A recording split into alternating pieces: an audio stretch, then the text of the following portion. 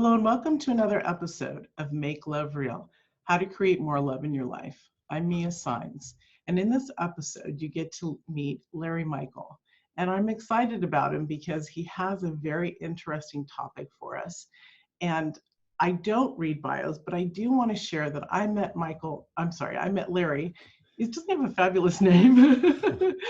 I met Larry about a year ago because we're both in the love industry. And so I wanted to get to know him, and so this is why I'm bringing him on. So welcome, Larry, to the show. It's good to Thank have you you. here. Thank you. Thank you for putting this together.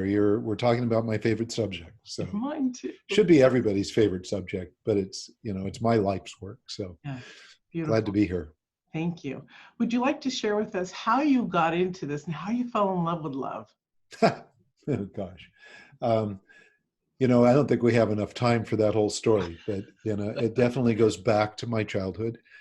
It goes back to being raised in kind of a traditional American family, middle America from the 50s and 60s, where, it was about what can you create, what can you attain, how do you build things. I was raised Jewish, so I had a choice. I needed to be a doctor or an attorney or a surgeon or something like that, right? And that was it. Anything else wasn't really that acceptable. And so it was about things, right? And to me, from the time I was a little kid, I always felt like there was just something missing, something really, really missing in terms of connection, that it couldn't be about, how much money you attain or how many kids you have or how many dogs or how big your home was. And so I was constantly looking for love. And I also grew up in a family that didn't talk about love. My parents never even, I never heard "I love you" when I was a young kid, because that's not how they express themselves. I didn't know love languages.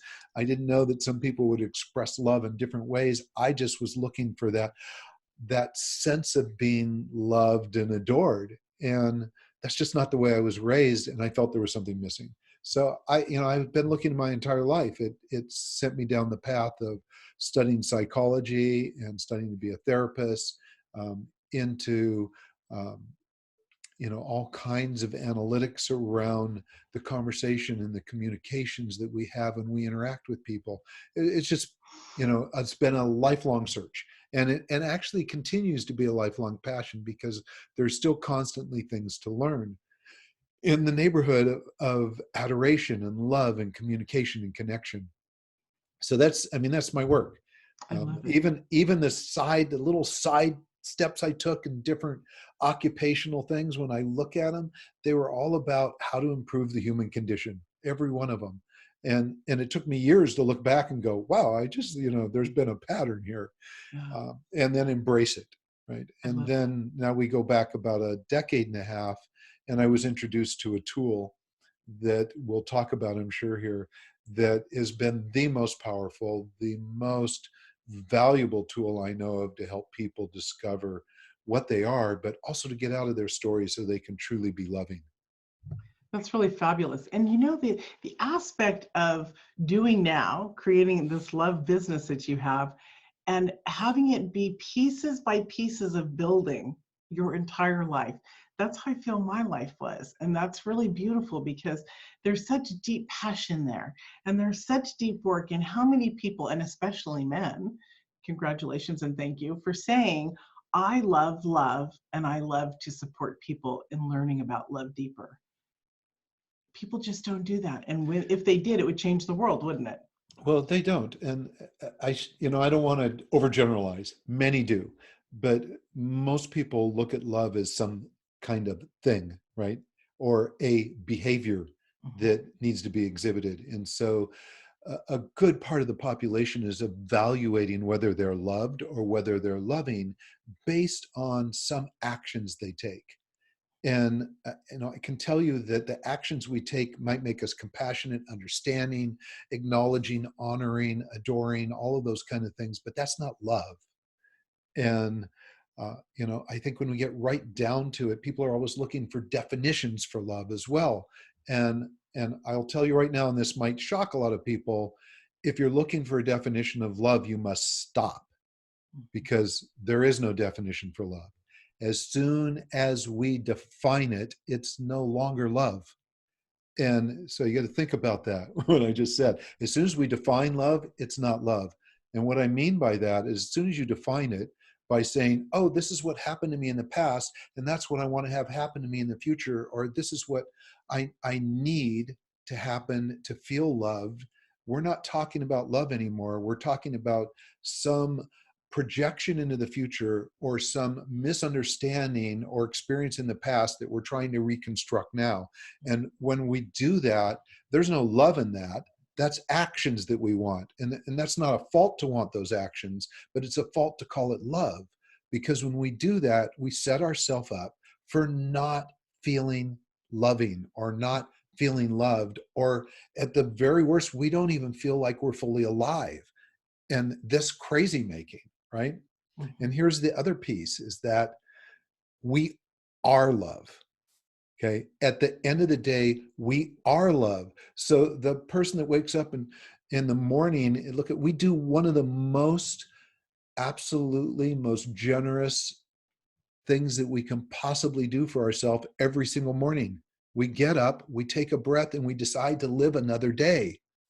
That's love.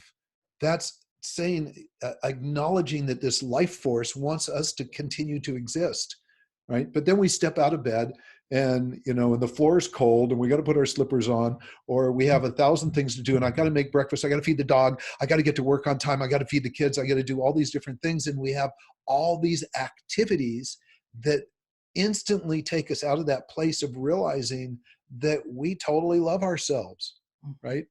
And so if every morning someone could wake up and go, okay, yeah, there's the love, and hold that despite all the stress and all the crap that gets hit us all day long. And we're in a very stressful world. There are so many things hitting us from every angle all the time. But if we could just hold on to that breath, that life force that we know it's within us, we've got love already. It exists. It's us, right? And then keep in mind when you try and define it, what you're doing is taking it away from yourself. So just be love. Be love. Smile. I mean, look at your face right now. You're smiling. This is a loving moment. Love only exists in the present, right? And not many people can see me because it's screen by screen. We go to voice. So. I'm seeing you, and you've got a big smile on your face, right? I'm going, that's it. It's like, I love what you're saying because it's so. You speak my language. I guess I can say that. It's hard for me to put it into words. There's not a lot of men or women that speak this way and feel it and actually demonstrate it. So I'm honoring you in this moment because thank you. You are very powerful. And this is the first time we've actually met face to face and been able to talk. This is the stuff that I love in life. These are the connections and the conversation. This is love, because connection, I know we're not going to identify it here, but it's that feeling you feel inside, that connectedness, that universality, that humanism, that it's beautiful. And it's a higher space than just what the average person wants to live. And so when we can share this stuff with them, this love, this work, these concepts, these ideas, maybe people would choose to be happier and more joyful, knowing that there's still love, even when they have depression or their emotional balance gets offset. Well, we bring love to the table, right? This is the undeniable truth. In this moment, with every breath, we bring love to the table. Yeah. And I, you use the word average, and forgive me for this. I'm going to say there are no average people. Thank you. Right? Seriously, thank you. There are no average people. Every human being on this planet is spectacular in their own unique way. And many of us, I went decades before I could take a look and acknowledge what I thought was really special about me. Right? I'd have people say it and I go, no. I failed at this. I failed at that. I made myself wrong in so many different ways that it was very hard for me to get out of that habit and turn around and go, oh, wow.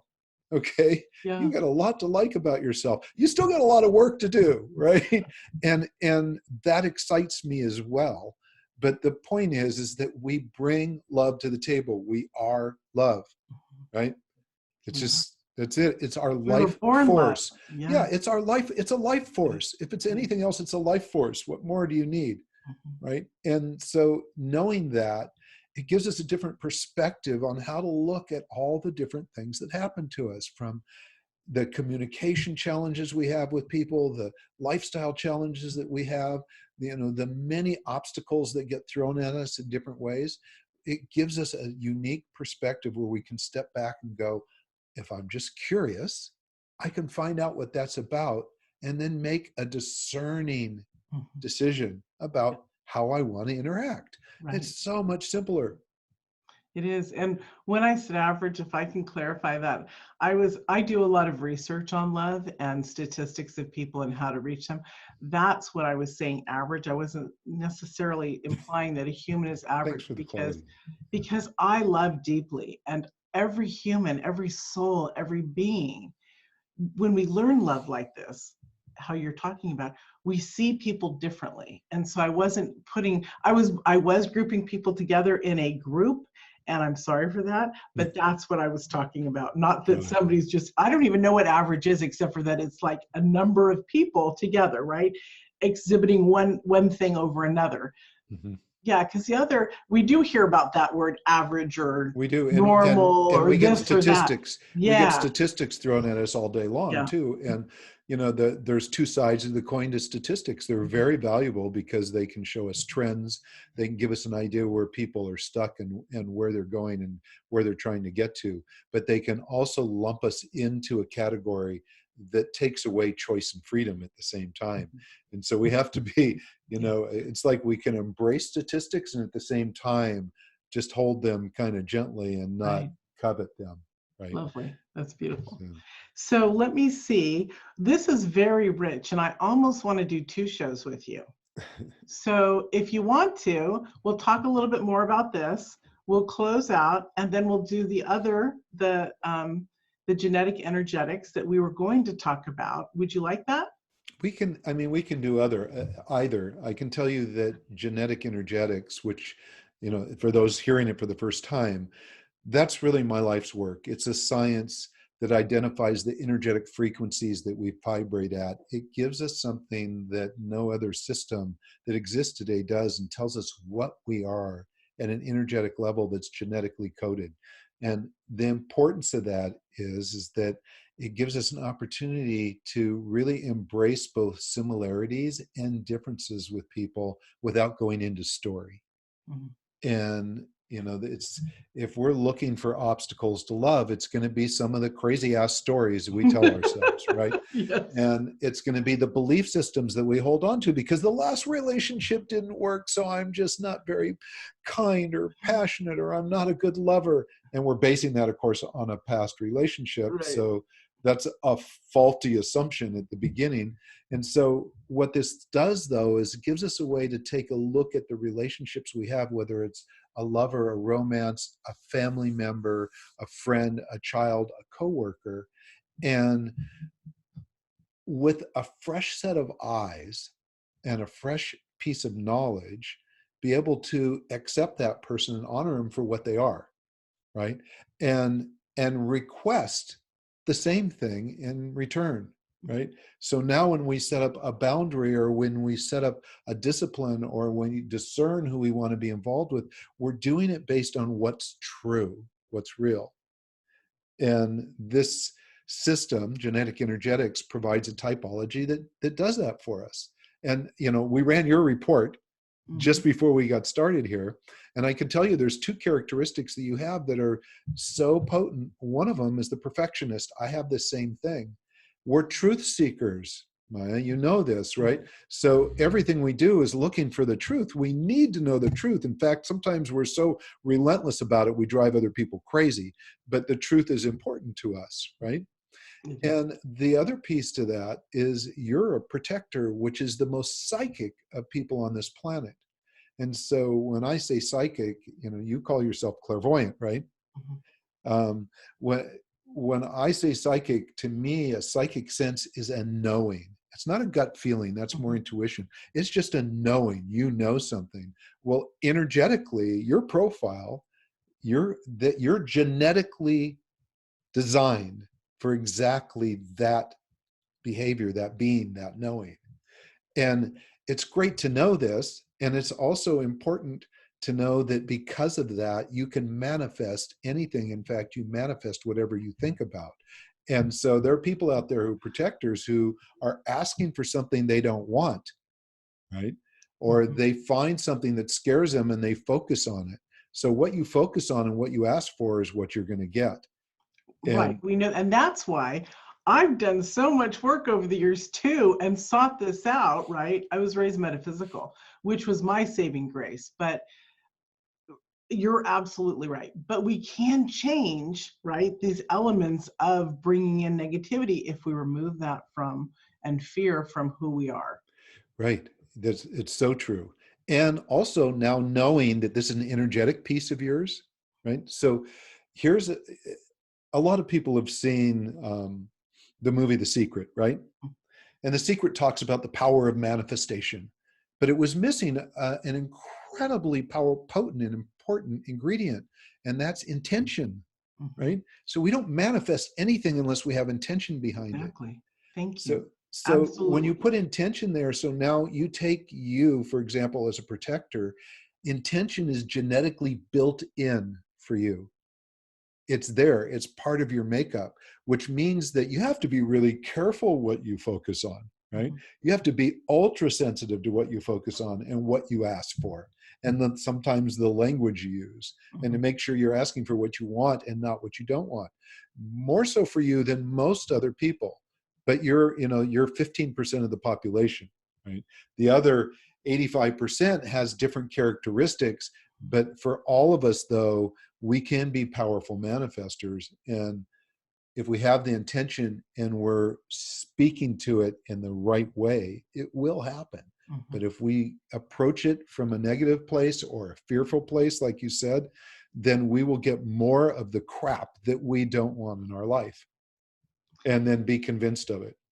It's so interesting. And this is a part about love too, and about loving ourselves, because when we know these things about ourselves, we know whether or not we're pulling up ideas of, so my thing was, I protect people. I'm a bit of a martyr, at least I was told by my first husband.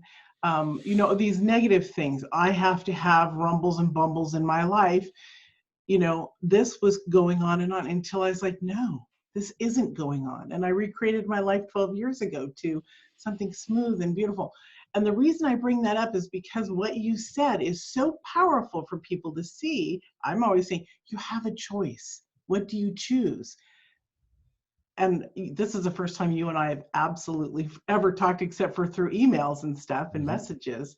This is fabulous. I love this. I love your work. I Thank just you. I'm taken with it. So let's talk a little bit more about it, because I do want to push out then to give this a little bit more space that it needs for us to develop. It doesn't have to be Yeah, I a mean, we could talk 25. for hours if we went down a path of just diving in to genetic energetics. We could talk for hours, and so I don't think we want to go that way today. I think where we really want to go is, at least my excitement for being in this environment, in this interview with you, is to be able to share with people just the basics about love. And, I've already said it, we are Yeah, love. we If are. we accept that, you really could get off the call, right? Mhm. There's enough done. If you know Well, that to be true, yeah. you're good. All right, so let me ask you a couple questions that can support the audience, because we also like to give tips and tools. Okay. What would you like to share with the audience that, we have many modalities or many things that we use in our work. So what are two, you don't have to go into detail on everything, but give us a little taste of two of the favorite things that you like to. I mean, I know you've given us a lot. We are love, and we need to keep our intention high about things, not just Mia, but everybody. And so there's a nugget I know and I feel that's there that you want to share. Wow. So I don't know why this is coming up, but what's coming up for me is I want to give people permission to not like somebody. Mhm. Okay. That's right. And I'm not saying this is different than love. Mhm. And by like, I don't mean that you dislike them. I mean, you meet someone and you go, no, I'm not interested. No, that doesn't feel right. That's, no, it's a cool person, but not where I want to put my time. Mhm. And I think a lot of people feel that they're not a very nice person if they meet someone and they're not super friendly to everyone, right? And that's just not real. What's real is that there are some people that energetically we're matched with, and it feels very, very comfortable to be with them. There are some people that we have the same passions and loves and desires, and it feels very right to be with them. You and I are very different energetically, but we have similar passions in terms of the work we do. And so that's a connection, Yeah. right? Now, if we had nothing in common at all there, then I got to give you permission, me permission to go, hey, it was nice to meet you. And I'm going to go on with my life because Right. other people are going to show up that are more potent and more uh, important for us to encounter, Mhm. right? That's And so if we come from a loving place, the first thing that we are, if we know we're loved, we also need to be in our yes. This is kind of a tantric thing, right? And to be in our yes might mean a no to something that someone wants you to do. Mhm. So there's times when we got to be really okay to go, no, I don't want to do that, and not feel like a shitheel for doing it, right? And or that just doesn't feel right for me. No, right? And you don't even have to say no, thank you, or you don't have to give any excuses. It's like someone comes up and says, "Can I hug you?" and you're not feeling like a hug. It's okay to say no, Mhm. right? And the person who's hugging you when they get the no, if they realize that this is the freedom that we all have, could also turn around and go, thank you for expressing yourself. That's Mhm. cool. I love to hug, but I don't have to hug, right? Right, right. And so we've honored ourselves, we've respected our body and our presence. Mhm. And so what was coming up for me is just, we need to be able to give ourselves permission to really care for and want to go down one path. And when we don't feel like we want to go down another path or spend time with someone, that we be in our yes, which may be a no to that Right, other person. right. And, we can That's do that compassionately. Mhm. And all I ask of all of us is to be in a place of insatiable curiosity when you're Mhm. making a decision. So you don't make a decision based on judgment, but you make a decision based on knowledge and understanding, Mhm. right? If judgments are fear-based, right? If we're Right. judging, it's fear-based, that's disastrous. It will come back and bite us. There's no two ways about it, right? So if we go into an inquiry space and get curious about why something is a certain way, then we get an answer that's informed, how we can make a discerning decision that is supporting what we need and know ourselves well enough to know what that is. Mhm. We're good to go like that. And your relationships of all kinds will flourish, all of them. Yeah. That's really beautiful because as men, but also especially women, feel that they don't have that right to say no, right? So thank you for sharing that. It's about listening to, I call it our soul's journey, or listening to who we truly are, our internal sense, our higher self. And if we can't be honest with that, we have an issue going on. Yeah, And and you know what? And if we can't be honest, if we realize we can't be honest, and we know we have an issue going on, then we owe it to ourselves to dive in and discover what it is, right? yay, It's yes. like you talked about doing work in your life. I did a lot of work in mine as well. And and I still occasionally go, "Oh my God, I've been carrying that one around for how many decades? Yeah, That's crazy." Right? And I'm excited when that shows up me because it too. means that I'm constantly evolving. Yeah.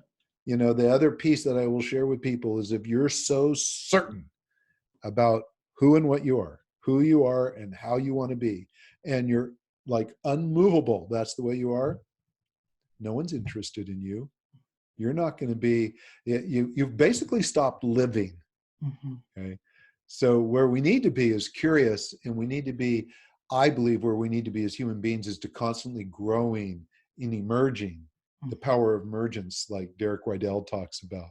It's a key attribute of our human existence to continue to emerge.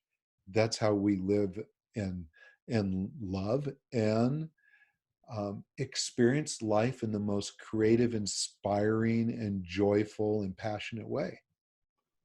I love that. Bliss. We got lots of Because bliss. if we don't do that, then we stay in the same spot and life isn't fun. As we begin to grow and feel like you were talking, these up leveling or these moments of breakthroughs and being excited about it, I know personally, those are, they could be hard at first, but then it's just like, wow, this is so cool. Where's the next one? Because it's a great feeling to realize I am not what I thought I was, and I like what I am now better. It's brilliant. And this is, I think, part of the messaging that we need to share with the world, what you shared today, because that allows people the understanding and the grace to move like the flow of nature, like the womb or the space in the ocean, the in and out, the in and out. And that's the beauty. Mm-hmm. Yeah, it is. And as soon as things get especially easy, really easy, it's usually when the universe will throw us a little, throw us something here, try this out. When I'm the happiest, even today I realized I'm working on an event we're going to be doing in Mexico, in Nice. Oaxaca. And I'm negotiating with a hotel. I don't speak Spanish. I wish I did now. But the person I'm working with doesn't speak very good English, and their contract was all in Spanish. Oh, And I'm going, and I was getting so frustrated, almost angry. And I'm going, wow, I haven't felt this upset about something for so long. And it's because I wanted it to work the way I'm normally doing things, right? And finally, I realized, all right, just get out a translator, calm down, go to this other person's place. He's got a job to do. She's got a job to do, and see what you can figure out. By the time I was done, I was going, oh, I know a little bit of Spanish now that I didn't know before. And these people do things a little bit differently. I'm glad I figured that out. And it just took all of the angst off. But boy, I went, why am I so angry? And I realized it's because I just didn't want to change to do something that people in another country that do all day long in their own form and way needed to do. Yeah. So that's an example. It's just a real life example, right? But we do that in our relationships with our kids, and we do it in work. We do it in all these different places. I simply was not loving, right? And I was angry at myself because I was upset. Yeah. And so letting it all go, that all had to happen, right? Just had to happen. And I didn't see how badly it had to happen until I got forced into it, right? It's a great recognition. It literally is. I like to ask myself when I'm irritated with something, an email or someone business coming through, just like, what would love do? And for me, It's a I great try to question. answer it how love would do. It's interesting. I've been using that for about 4 years. And after my mother passed, one of my brothers wrote me, we were in a group chat and he's like, Mia, what would love do? I just thought he was kind of throwing it back at me a little bit, but it was like, well, love would respond like this, or my love would respond like this, But hey, that there's no awareness. question. As soon as we find something that we think works really well for us, it's only a matter of time before people that know us or have learned from it will see us in an experience, and they'll turn it around on us and test us. Yes, The universe has a really beautiful way of never letting us just learn something once. Yeah. It's kind of like, all right, have you learned it? Here, let me just give you another scenario just to test it. We'll just test it to see if you really learned it. Exactly. Right? And things always happen like that. They really do. When you were talking about the universe and bringing things in when we least expect it, it reminded me of, if anybody's a cat lover out there, cats, when you're not looking and you're in your own thing, they come by and they'll smack your foot, because they want to play. And it's like the same thing as like you're doing your own thing and all of a sudden, boom, the universe brings you something, Yeah. Yeah, it's very relatable that way. Thank you so much. This was really awesome. I really enjoyed, we're not leaving yet, but I've really enjoyed this. It's been wonderful, connective, and an eye-opener in areas that I didn't know that I didn't know. So thank you. I love that. You're welcome. You're welcome. Would you like to share your free gift with us? Yeah, yeah, of course. So what we're giving everybody is called a personal energetic profile. And this is your genetic energetics. It's going to give you some really basic information. It looks at what we call 4 lifestyle traits. So it's going to tell you about how you communicate. It's going to tell you how you process information and the speed you process information, how you live your life around that. It's going to give you some information about how you relate to money. It will tell you how you sexually engage, which is critically important to understand. It'll give you information about chemistry, not just what chemistry is, but who you have it with and whether it's safe to follow it. And then it will give you other information about yourself that we call personality modifiers. Sorry about this beeping in the background. My That's all right. computer seems to want to do it. So the personal energetic profile is what you're going to get. And we're only asking you for 2 pieces of information. And this throws a lot of people off because they'll think it's something else. We're going to ask you for your birth date. We don't care where you were born or the time you were born because this is not astrological. Okay? And we're going to ask you also for your biological opposite gender parent's birthday. So I asked you for your father's birthday, Right. and you were one of those rare circumstances of someone that didn't have that information, right?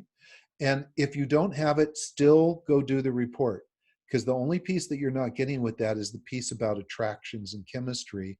You may be able to get the birth date later. You might not know it, and there are really ways to identify it afterwards. But the most important piece is 90% of the profile you'll get just from your birthday. Now, this is a combination of astronomy and quantum physics. It's unique. It is at the core of all of the things that we do in our life. So if you're into astrology or numerology or human design or gene keys or Myers-Briggs or Enneagrams or any number of profiling or character assessment programs, they all have value, but underneath all of them, this sits. And this is our gift to you. It's fabulous, fabulous. And from what you shared with me about me was really very cool. I mean, I knew some of it because of human design, I'm a manifester, they say, but not the other elements, you know? And I think that it's really amazing. So everybody, I really encourage you to get this free gift. It's really beautiful. And I know that I love everybody's free gifts, but I really love this one. And we just scratched the surface on yours. Yes. I mean, it's just a little touch. Oh, it's fabulous. Thank you so much. You're very Now, welcome. Thank you for having me on the show. Thank you. Now, you've shared so much with us, but I'm going to ask you for if you'd like to share one last thing from your One heart more and thing. your mind. So, okay, what would it be?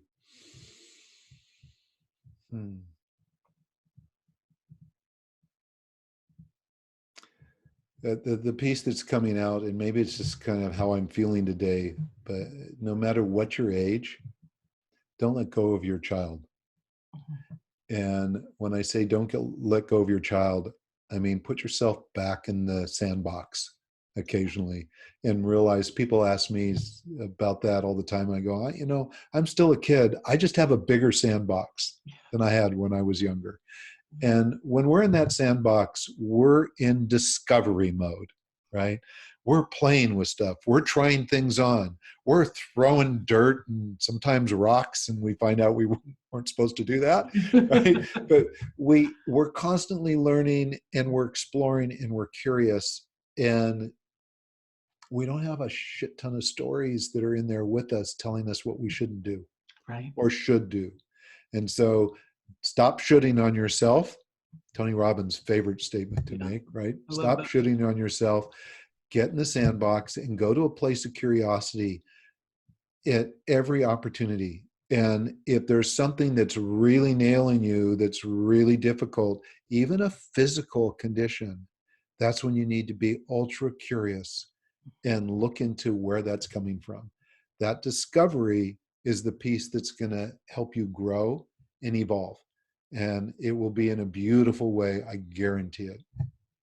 I love that. Thank you so much. And again, thank you for being on the show. You are amazing. Thank and you. I'm blessed to have you here. Thank you. Thank you. And thank you everyone for joining us for this wonderful episode. And we'll see you in another Make Love Real.